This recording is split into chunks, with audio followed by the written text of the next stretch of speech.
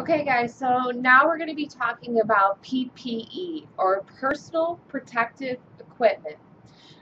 It's really important whenever you're taking care of your patients or residents that you know whether or not they're on isolation precautions.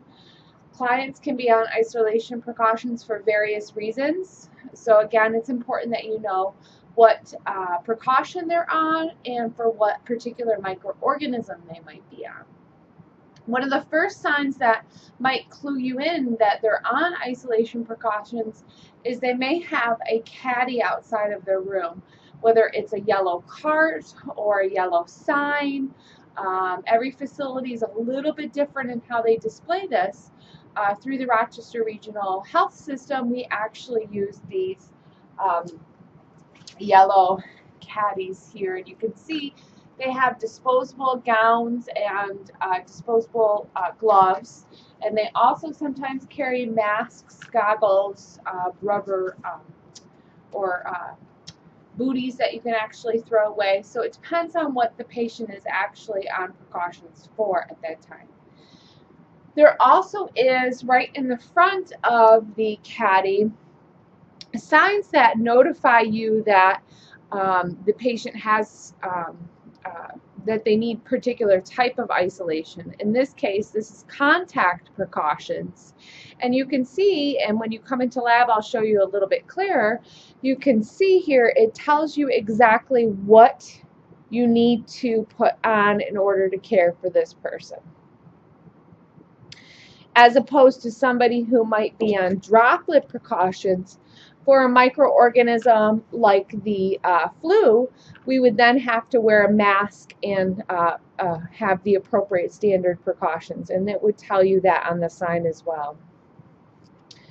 Airborne precautions would be patients like your tuberculosis patients, and these require a special mask, and you have to be fit tested for that. So you guys will not be taking care of patients that are TB positive. And then you may see this last one here. This last one means that the patient actually, you're going to gown and glove up in order to protect the patient because their white blood cells may be very low and we don't want them to get an infection. So visitors may also have to follow that sign as well. So you can look at these as you come into the lab. These signs will actually be in the front of the isolation cart. So it will sit right here. And so when you go into the room, that'll be right there for you to visualize. So make sure you take a peek at that. Certainly in report, you need to ask your nurse that's reporting off to you what type of microorganism the patient has and where it's isolated at. Okay, so to put on the personal protective equipment, there isn't any particular order, although we often start with the gown. So you're going to take the gown off.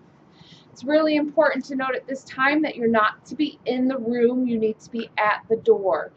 Often in facilities there may be a line that lets you know that you're not to cross that line until you have your personal protective equipment on first. What I find the easiest to do is to go ahead and tie the top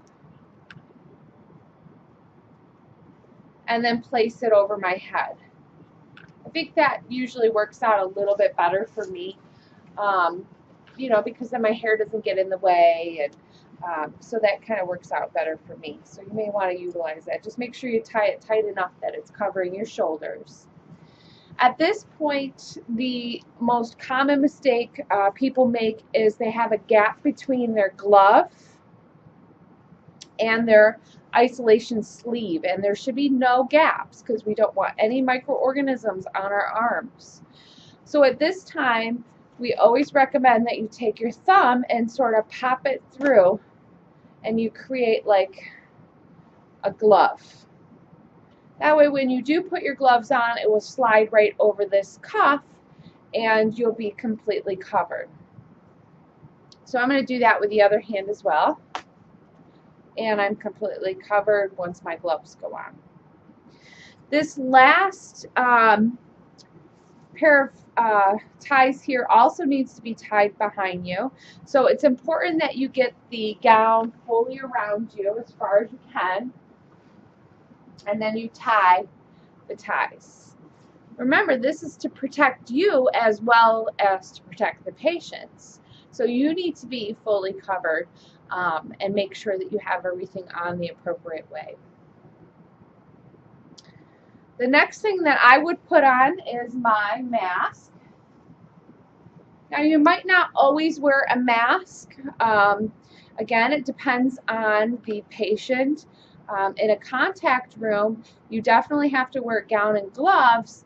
But if we were doing some sort of procedure where you have the chance of having secretions come spit up onto your face or splash up onto your face, you need to make sure you're wearing mask and goggles.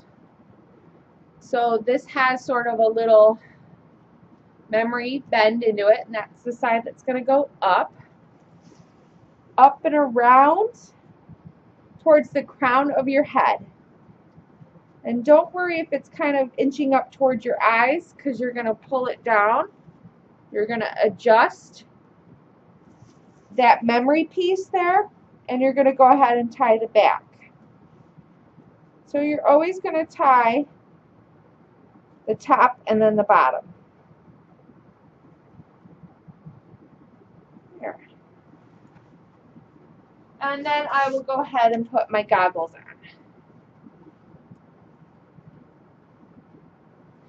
Last, I'm going to put my gloves on. So gloves are, again, right down in the bottom of the caddy. So I'm just going to choose my size, which is medium.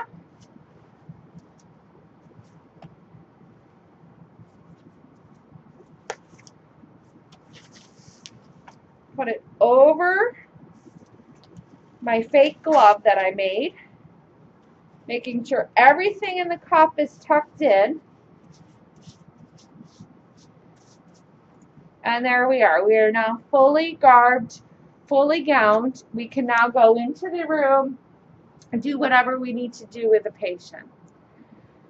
So when you finally are done with the patient, it's really important you take all of this off before you come out of the room. That's one of the biggest mistakes that people make, is they come out of the room and they bring all those microorganisms with them out into the hallway.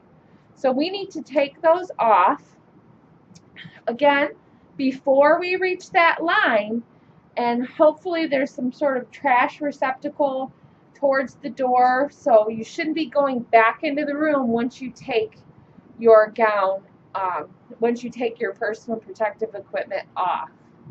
So make sure there's a garbage can in reach near the door. So this does have to go in a particular order, and it goes from dirty to clean. So you want to take your dirtiest thing off first, right? Because it has all the microorganisms on it, and we don't want to be touching all over us. So we know if we just went in and touched a patient's wound, or we cleaned a patient's excrement up, we would then take the dirtiest part of us, which is always going to be your hands. So we're going to take that off first, remembering to take it off appropriately by pinching and scooping.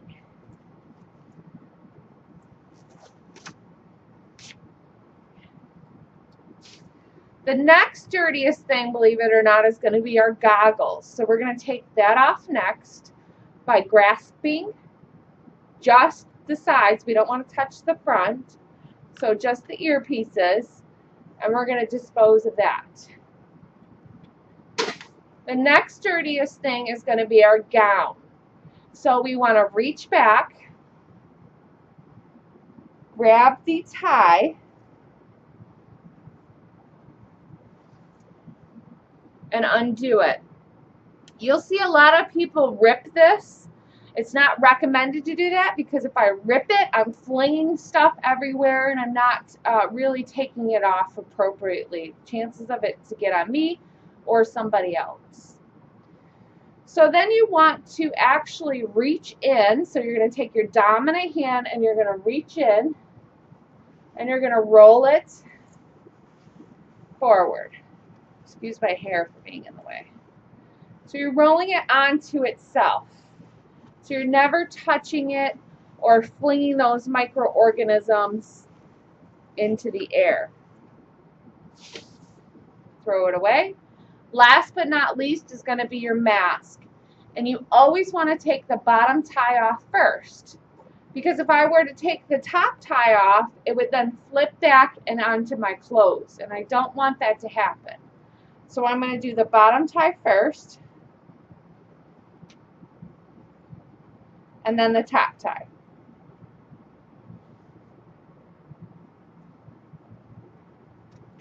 Handling it by the ties. I'm going to throw it out. Wash my hands. Remember, if you take care of a C. difficile patient, you need to wash with soap and water. And then I'm ready to come out into the hallway. So that needs to be done, you know, before that line there. You need to make sure you take everything off and dispose of it. And that's it to personal protective equipment.